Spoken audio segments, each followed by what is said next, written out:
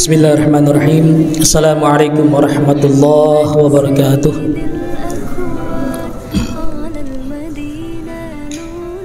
Alhamdulillah wa syukrillah wassalatu wassalamu ala rasulillah Muhammad ibn Abdillah wa ala alihi wa ashabihi wa man tabi'ahum bi ihsan ila yaumil qiyamah. Allahumma salli wa sallim ala sayyidina Muhammad wa ala ali sayyidina Muhammad. Alhamdulillahirabbil alamin. Pada kesempatan pagi yang insyaallah kita sama-sama dirahmati Allah, kita bisa kembali bermuajahah di majelis ilmu di masjid yang sama-sama kita cintai, Masjid Raya Telaga Kahuripan. Salawat serta salam semoga senantiasa Allah lipat curahkan kehadirat junjungan kita Nabi besar Muhammad sallallahu alaihi wasallam kepada keluarga beliau, kepada para sahabat beliau, kepada umat beliau, dan semoga juga terlimpah pada kita semua yang senantiasa istiqamah menjalankan sunnah Rasulullah sallallahu alaihi wasallam. Kehadiran kita di masjid ini merupakan sebuah anugerah yang Allah berikan kepada kita. Ini juga merupakan rezeki yang Allah berikan kepada kita. Salam beres dulu ya. Oke.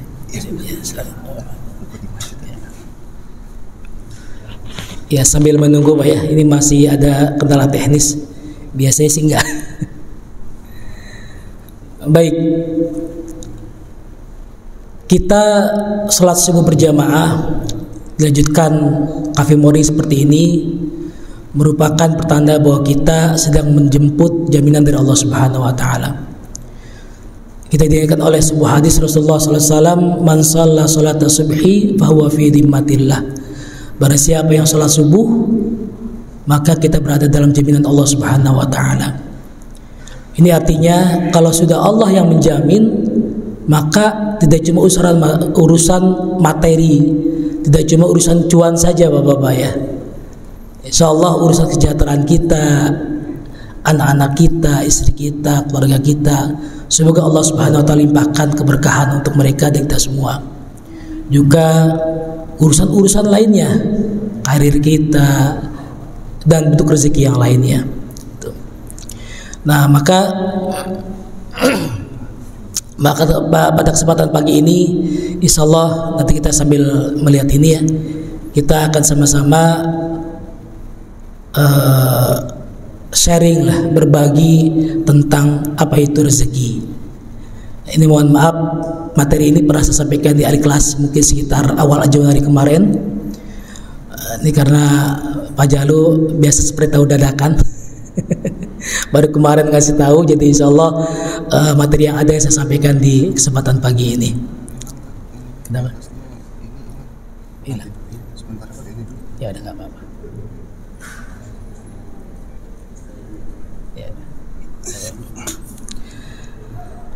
Tadinya saya mau menyetel sebuah video pendek dulu, semoga sih kelihatan ya.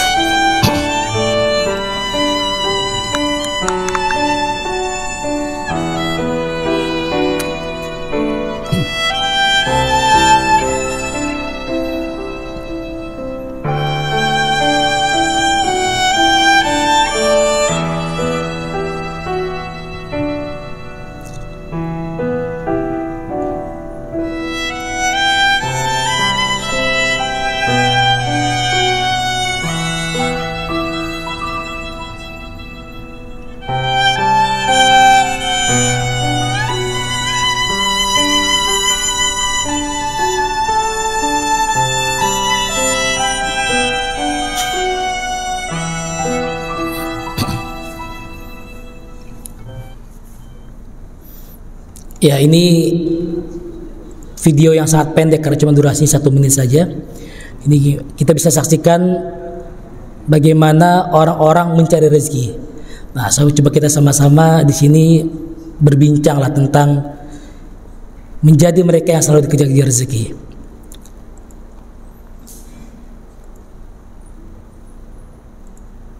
Ya. Sebenarnya apa isi rezeki? Mana nggak bisa di. Nah, oke. Ini menurut tafsir Buya Hamka. Di tafsir Al-Azharnya beliau mengatakan rezeki adalah anugerah dan pemberian Allah kepada manusia untuk dimanfaatkan dan digunakan untuk keberlangsungan hidup. Di konsep rezeki seperti itu, Pak. Jadi kalau ada anugerah Allah nyampe ke kita dan itu bisa kita pegang untuk digunakan untuk kehidupan kita, itulah rezeki. Tapi kalau ada rezeki, kalau ada suatu anugerah yang sampai ke kita tapi kemudian hilang dari tangan kita, itu bukan rezeki namanya. Maka sudah jamak di masyarakat kita, kalau ada uang kita pegang tiba-tiba kemudian hilang, kata orang, oh berarti belum rezeki. Nah, sederhananya seperti itu. Itulah konsep rezeki menurut Buya Hamka. Lalu kata Buya Hamka, rezeki itu adalah anugerah yang mutlak sumbernya dari Allah Subhanahu wa taala. Apa saja bentuknya, yaitu Allah berikan fasilitas bumi, kebun, hewan dan lain-lainnya yang harus kita raih berdasarkan upaya-upaya yang baik dan juga dengan cara yang halal. Atas rezeki yang sudah kita dapatkan, maka kita wajib untuk bersyukur kepada Allah Subhanahu wa taala. Nah, rezeki itu ada dua macam kata Buya Hamka, yaitu bentuknya materi dan non materi. Materi itu sifat yang mungkin kasat mata, Pak ya, seperti uang, rumah, mobil yang kasat mata kira-kira.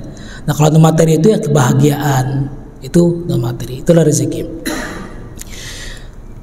Nah, kemudian di surat Hud dikatakan, dan tidak satupun makhluk bergerak di bumi melainkan semuanya dijamin Allah rezekinya. Allah mengetahui tempat kediamannya dan tempat penyimpanannya. Semua itu tertulis dalam kitab yang nyata atau Lauh Mahfuz. Nah, memahami ayat ini ada yang menarik. Ketika saya baca di tafsir Quraisy Shihab itu dikatakan bahwa ternyata untuk mendapatkan rezeki itu salah satu syaratnya adalah bergerak.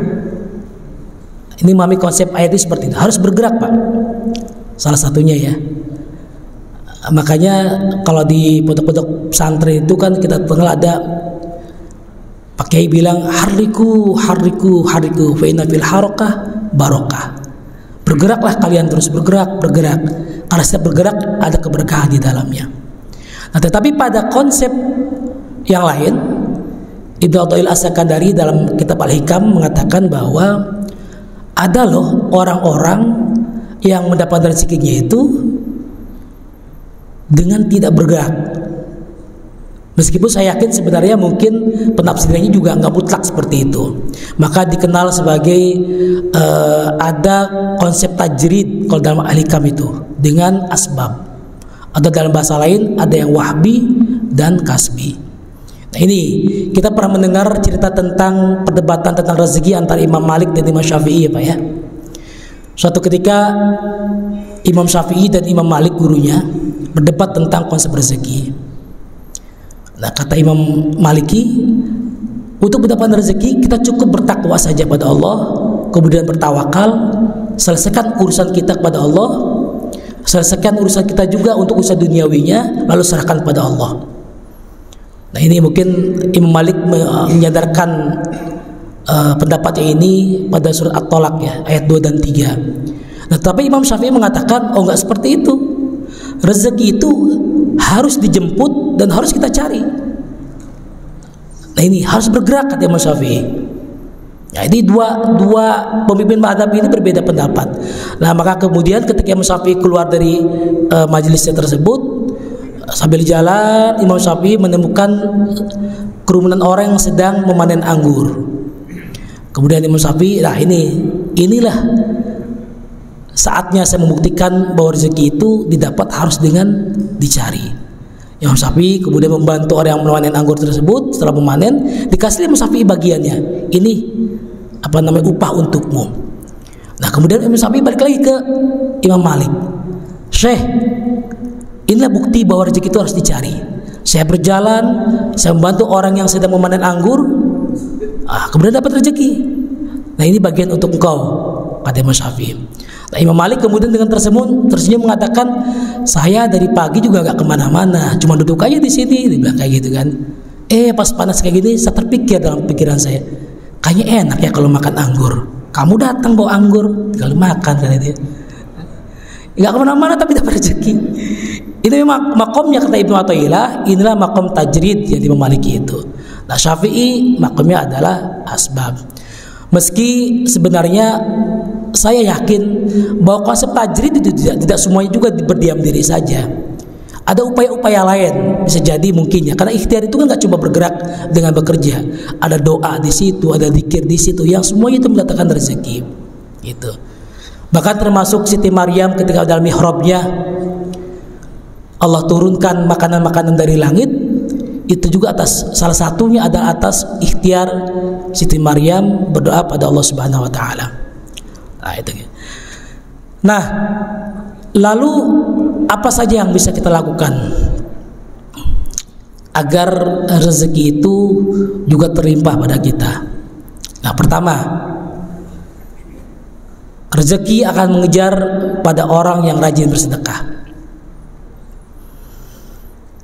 Allah berfirman, a'udzubillahi minasyaitonirrajim, qul inna rabbi yabsutur rizqa liman yasha min ibadihi wa yaqdiru lah wa ma anfaqtum min syai' fa huwa yukhlifuhu wa huwa khairur raziqin. Katakanlah, sesungguhnya Tuhanku melapangkan rezeki bagi siapa yang dikehendakinya di antara hamba-hambanya, dan menyempitkan bagi siapa yang dikehendakinya, dan barang siapa saja yang kamu nafkahkan, maka Allah akan menggantinya, dan Dia pemberi rezeki yang sebaik-baiknya. Masalah sedekah ini saya kira sudah banyak sekali Pak ya. Ini sebuah rahasia umum, kunci rezeki yang Allah berikan, dan ini jadi catatan yang semua orang tahu bahwa dengan bersedekah Allah akan lipat gandakan. Ya, jadi kalau konsepnya kita konsep sebagai abid, sebagai seorang hamba yang pedagang. Kan kalau kita tahu kan bahwa ada orang-orang yang menyembah Allah itu paling tidak dengan 3 kategori. Ada orang yang menyembah Allah seperti seorang hamba, ada orang yang menyembah Allah seperti seorang pedagang, ada orang yang menyembah Allah seperti seorang yang pecinta.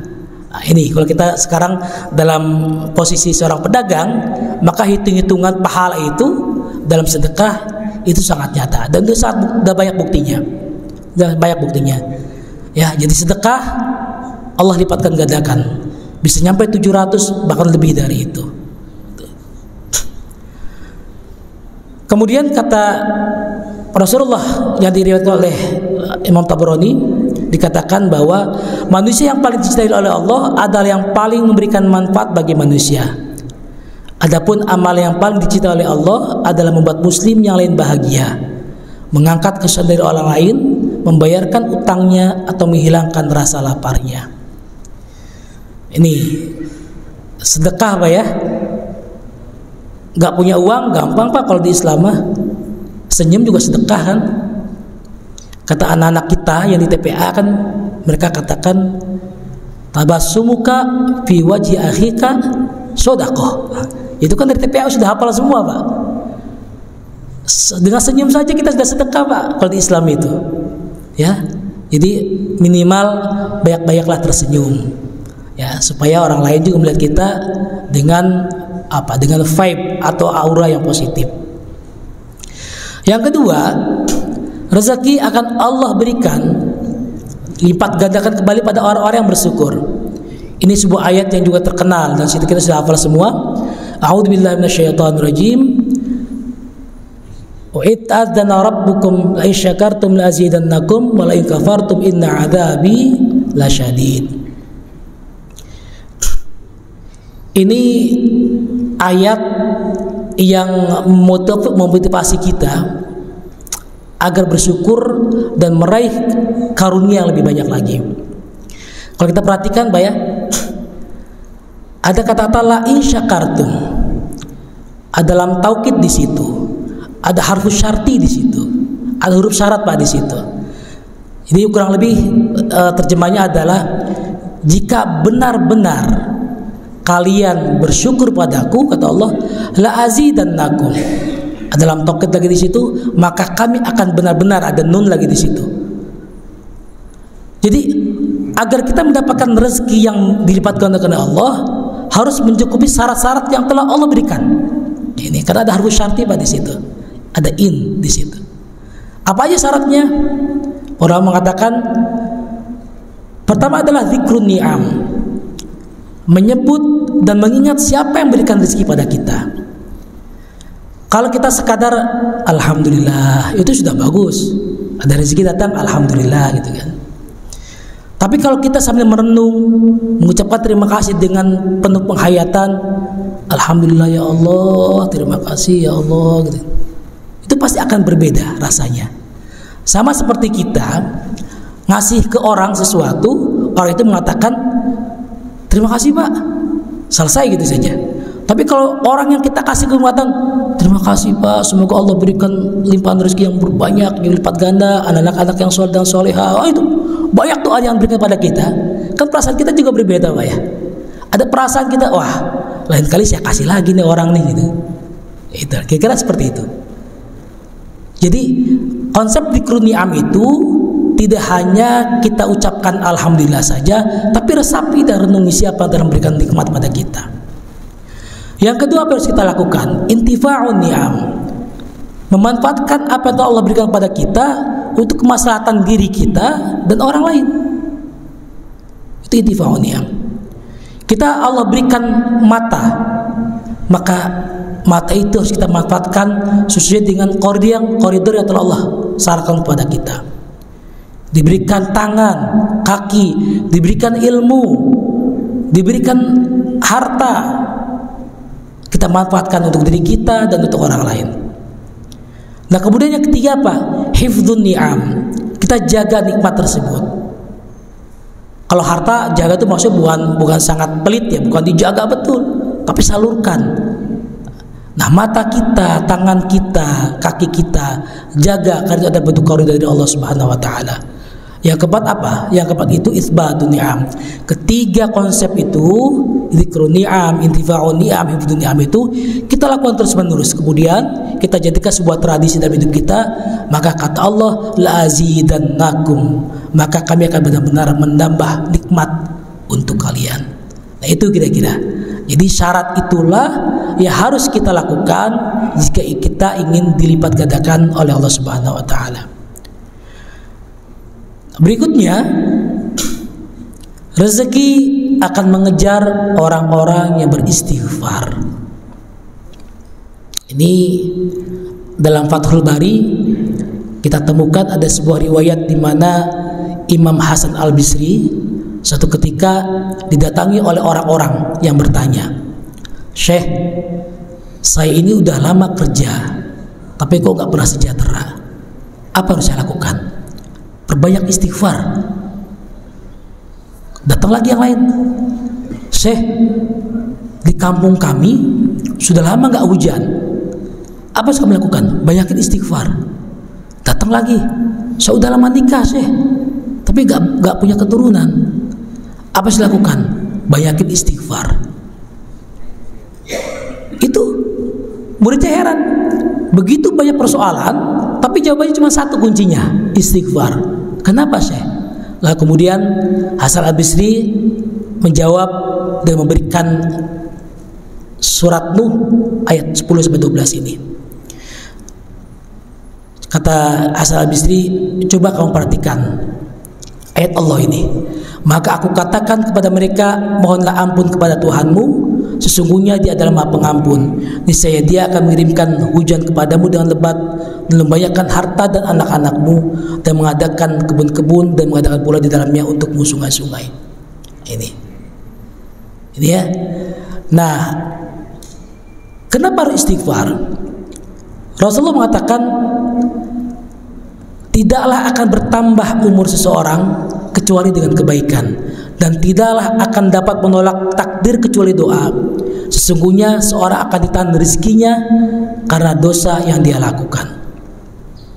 Dulu saya ingat di sini, dulu Ustadz Misbah pernah cerita di sini bagaimana ada sebuah peristiwa di zaman Nabi Musa.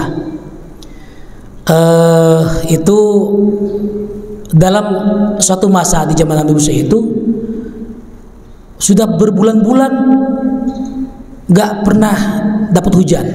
Kemudian mereka datang pada Nabi Musa, "Ya Nabi Allah, engkau ini kan kalimullah, orang yang bisa berbicara dengan Allah. Coba dong mintakan hujan agar kita ini lebih subur. Ini kan sudah lama kering." Kemudian Nabi Musa berdoa pada Allah, kata Allah, "Coba kumpulkan umatmu di tengah lapangan." Nah, kemudian setelah dikumpulkan, hujan juga nggak turun-turun. Nanya lagi Nabi Musa sama Allah, "Kenapa ya Allah, kok belum turun hujan juga?" "Ada satu di antara umatmu di tengah mereka itu orang yang punya dosa tapi nggak pernah mau taubat." Nah, kemudian Nabi Musa berdiri bikin pengumuman, "Di antara kalian ada satu orang yang berdosa tapi nggak mau taubat. Ayo, yang merasa berdiri." Coba bayangkan Pak, di tengah ratusan mungkin ribuan orang, ada orang yang dituding sebagai sumber masalah disuruh berdiri. Kira-kira rasanya seperti apa kira-kira? Nah, orang itu kemudian merasa itu, kemudian tertunduk dan mati dia bilang, "Ya Allah, tolong selamatkan saya ya Allah, ampuni saya ya Allah. Kalau saya berdiri, mau ditaruh di mana muka saya? Saya malu ya Allah. Ampuni dosa saya ya Allah. Saya ini masih bermasalah, mungkin saya orangnya. Ampuni saya ya Allah, ampuni saya," kata dia dengan penuh kesungguhan. Nah, kemudian tiba-tiba turunlah pelan-pelan rintik hujan, ada hujan banyak. Orang heran, ini kok belum ada yang berdiri, tapi hujan udah turun.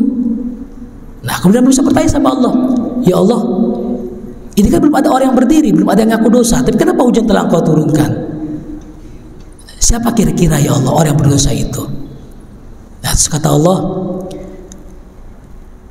"Ada orang yang berdosa yang telah mengakui perbuatannya, maka itu aku tutupi aibnya. Aku saja menutupi aib orang itu, maka manusia mau sih untuk buka aib orang lain." Nah, kira seperti itu ya. Nah, jadi ini ada dua hikmah yang bisa kita ambil di sini, bahwa rezeki Allah akan Allah turunkan ketika kita banyak bertobat pada Allah, dan yang kedua kita diwajibkan untuk menutupi aib saudara-saudara kita. Yang ketiga, rezeki akan mengejar orang-orang yang rajin silaturahim. Kata Rasulullah, "Man sarahu ayyabsuta lahu fi rizqi wa yunsa'alahu fi atharihi falyasil rahimahu." Siapa yang suka dilapangkan rezekinya dan dipanjangkan umurnya, hendaklah dia menyambung silaturahim. Kemudian di hadis berikutnya, di hadis yang lain, siapa bertakwa pada Rabbnya dan menyambung silaturahmi, niscaya umurnya akan diperpanjang dan harta akan berbanyak serta keluarganya akan mencintainya. Nah, ini kita suka bingung Pak ya. Yang betul itu silaturahim apa silaturahmi sih? Yang betul mana Pak kira-kira Pak? Silaturahim apa silaturahmi gitu ya? Nah, dalam beberapa teks hadis itu kita temukan maknanya itu fal yasil rahimahu. Pakainya kata-kata rahim. Nah, di situ juga sama nih, di dua teks hadis itu juga sama. Wasallallahu rahimahu pakai rahim. Jadi silaturahim itu artinya itu menyambung sesuatu atau orang-orang yang memiliki kekerabatan dengan kita, yang berasal dari satu rahim, orang tua. Nah, makanya dalam KBBI, Kamus Besar Bahasa Indonesia, itu bisa kita temukan Pak ya, penulisan orang tua dengan orang tua itu berbeda Pak. Kalau kita menulis untuk orang tua kita, kedua orang tua kita, itu orang tuanya disambung Pak, orang tua, tidak dipisah. Tapi kalau orang tua dipisah, maka penerjemahnya adalah orang yang memang umurnya tua. Nah, itu. Nah, kenapa disambung? Karena kita punya kedekatan secara rahim, orang tua. Kita dengan orang tua itu punya kedekatan dengan rahim. Nah, itu biasanya kita pakai itu Pak, kalau penulis itu antara orang tua dan orang tua, itu bedanya di situ. Itu Pak ya. Nah, kemudian silaturahmi bagaimana? Kemarin saya baca di fatwanya Majelis Tarjih Muhammadiyah. Silaturahmi pun tidak apa-apa kita gunakan, karena ini merupakan sebuah diksi yang secara konsensus sudah diterima oleh masyarakat Indonesia. Sama-sama berasal dari kata rahim, mengartikan rahmah, ada kasih sayang di situ. Jadi kalau silaturahim itu adalah menyambung tali silaturahim antara kita dan orang yang memiliki kekerabatan secara rahim, kalau silaturahmi itu menyambung kasih sayang, ya, untuk orang-orang di luar kekerabat kita. Jadi tidak apa-apa dipakai dengan konteks yang seperti itu. Itu menurut Muhammadiyah yang saya bacakan. Nah, berikutnya, orang yang akan dikejar-kejar rezeki adalah orang yang sering membaca Al-Quran. Ini juga ayat yang sangat terkenal dan sering dibacakan. Wa nunazzilu minal Qur'an ma huwa shifaa'un wa rahmah lil mu'minin wa la yazidudz dzalimin illa khasara. Dan kami turunkan Al-Quran, suatu yang menjadi penawar dan rahmat bagi orang-orang yang beriman, dan Al-Quran itu tidak menambah kepada orang yang zalim selain kerugian. Nah, di sini ada kata-kata rahmat di sini, Bang. Bahwa rahmat di dunia itu adalah satu dari 100 rahmat yang Allah miliki di dunia dan akhirat. Di hadis Bukhari dikatakan Allah telah menciptakan rahmat yang terbagi atas 100 bagian. Di akhirat ada 99 dan Allah menahannya hingga hari akhir. Sedangkan satu bagian Allah turunkan di dunia. Maka dengan satu bagian di dunia itulah setiap makhluk seluruh alam semesta berkasih sayang, saling mencintai. Sehingga seekor kuda atas rahmat Allah seketika mengangkat kakinya karena khawatir dirinya menginjak sang anak kuda ketika berada di bawahnya. Nah, ini biasanya kita temukan dari tafsir Ar-Rahman dan Ar-Rahim, ya. Jadi Ar-Rahman Ar-Rahim itu kadang diletakkan di Al-Quran itu terpisah, Rahman sendiri, Ar-Rahim sendiri, kadang bersamaan. Seperti tadi Ustaz Luqman bacakan di rakaat pertama, ya, surat Al-Hasyr dikatakan War-Rahmanur Rahim, wallahu ladzi la ilaha illahu, itu kan, rayan War-Rahmanur Rahim.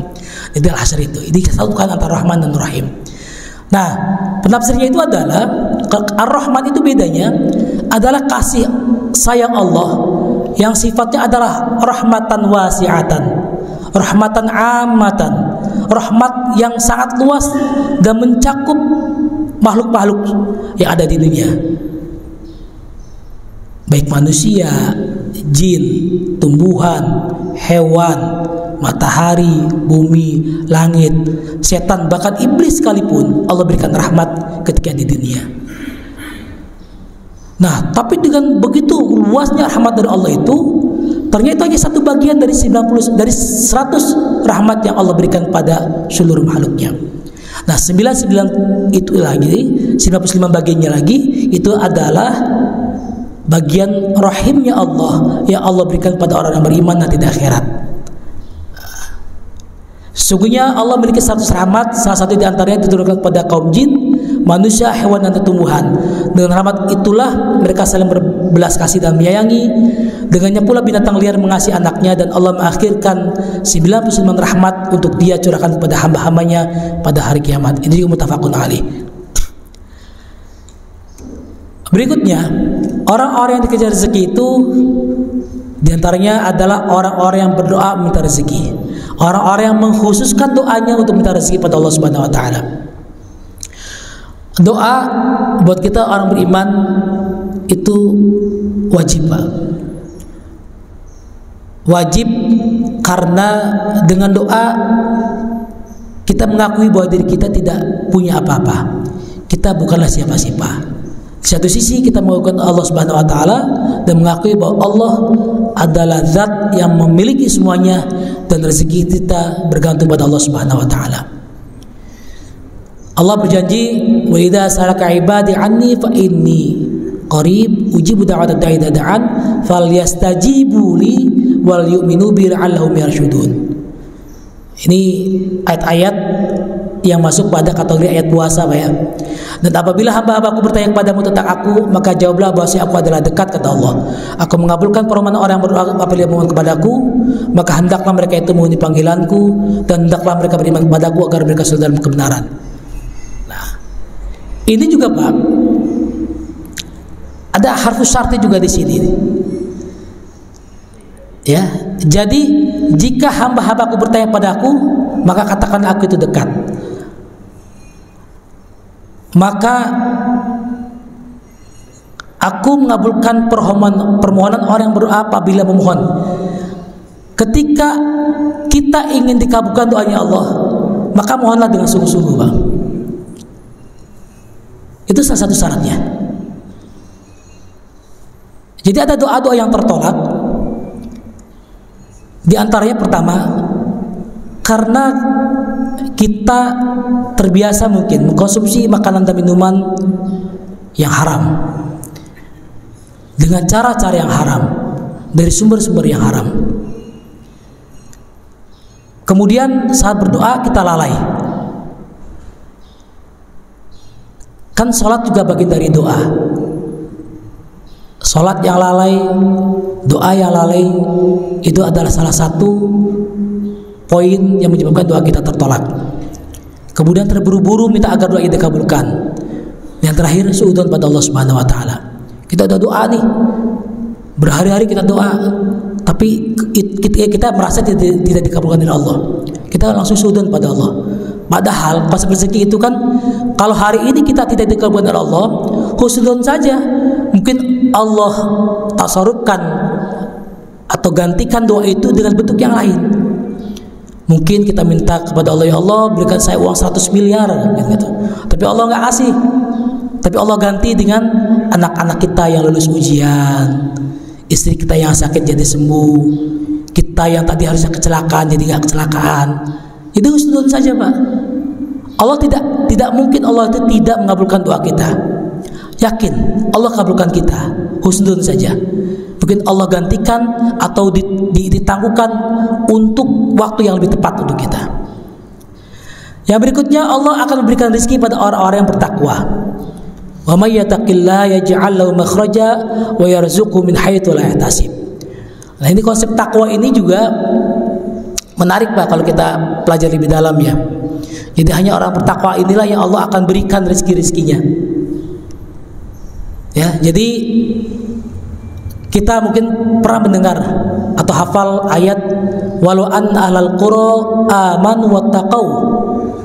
Jika dalam sebuah komunitas orang-orang di dalam itu beriman kepada Allah Subhanahu wa taala, kata Allah, la fatahna, maka kami akan benar-benar bukakan ya pintu-pintu barakati minas sama, itu kan keberkahan dari langit dan dari bumi. Itu syaratnya dua, Pak, iman dan bertakwa. Kalau kita beriman dan bertakwa, komunitas yang terkecil sekalipun di keluarga kita misalnya, kalau kita didik anak-anak kita dan istri kita juga kemudian beriman dan bertakwa, maka tidak mungkin Allah tidak menurunkan rezekinya pada kita. Itu dia tadi dikatakan la fatahan alim barakati minas samai wal. Jadi Allah akan benar-benar bukakan kepada kita, kepada mereka itu keberkahan di langit dan di bumi. Yang terakhir, jadi kalau konsep rezeki itu kan luas, Pak ya. Jadi orang-orang yang dikejar rezeki itu juga banyak sebenarnya. Cuma saya hadirkan sini mungkin 8 kategori saja. Adalah orang yang bertawakal pada Allah Subhanahu wa taala. Ini sambungan dari ayat tadi, wa yarzuqu min haitsu la yahtasib wa may yatawakkal 'ala Allah fa huwa hasbuh innallaha balighu amri qad ja'ala Allahu likulli syai'in qadra. Nah, jadi kata Allah memberikan rezeki dari arah yang tidak disangka-sangka. Dan barang siapa yang bertawakal kepada Allah, niscaya Allah akan mencukupkan keperluannya. Sesungguhnya Allah melaksanakan urusan dikehendakinya. Sesungguhnya Allah telah mengadakan ketentuan bagi tiap-tiap sesuatu. Nah, tawakal itu, nah tadi seperti kita kembali ke ke perdebatan Imam Malik dan Imam Syafi'i tadi itu. Kita ikhtiar. Setelah ikhtiar kita kemudian berpasrah diri pada Allah Subhanahu wa taala. Jadi biasanya ini urutannya ya. Memang ada orang-orang yang meletakkan tawakal itu di depan. Tapi umumnya sih tawakal itu terletakkan di belakang. Kita punya keinginan untuk melakukan sesuatu, itu namanya azam.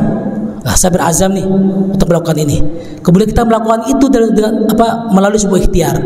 Nah, kemudian setelah itu kita berdoa pada Allah Subhanahu wa taala, lalu kita bertawakal pada Allah. Ya Allah, saya sudah niat saya sudah kerjain, saya sudah doain juga ya Allah. Sekarang saya tawakal pada Engkau ya Allah. Tolong berikan pahala ujroh ya, berikan kebaikan atas pekerjaan yang sudah saya lakukan. Itulah tawakal. Sering kita mendengar salah satu landasan dari tawakal itu adalah di zaman Rasulullah itu ada sahabat yang mengikatkan tali unta atau kudanya itu ke sebuah pohon. Kemudian dia meninggalkan unta atau kuda tersebut dan bertawakal pada Allah. Jadi sudah ditaliin, kemudian dia bertawakal pada Allah, lalu dia tinggalkan kuda atau unta tersebut.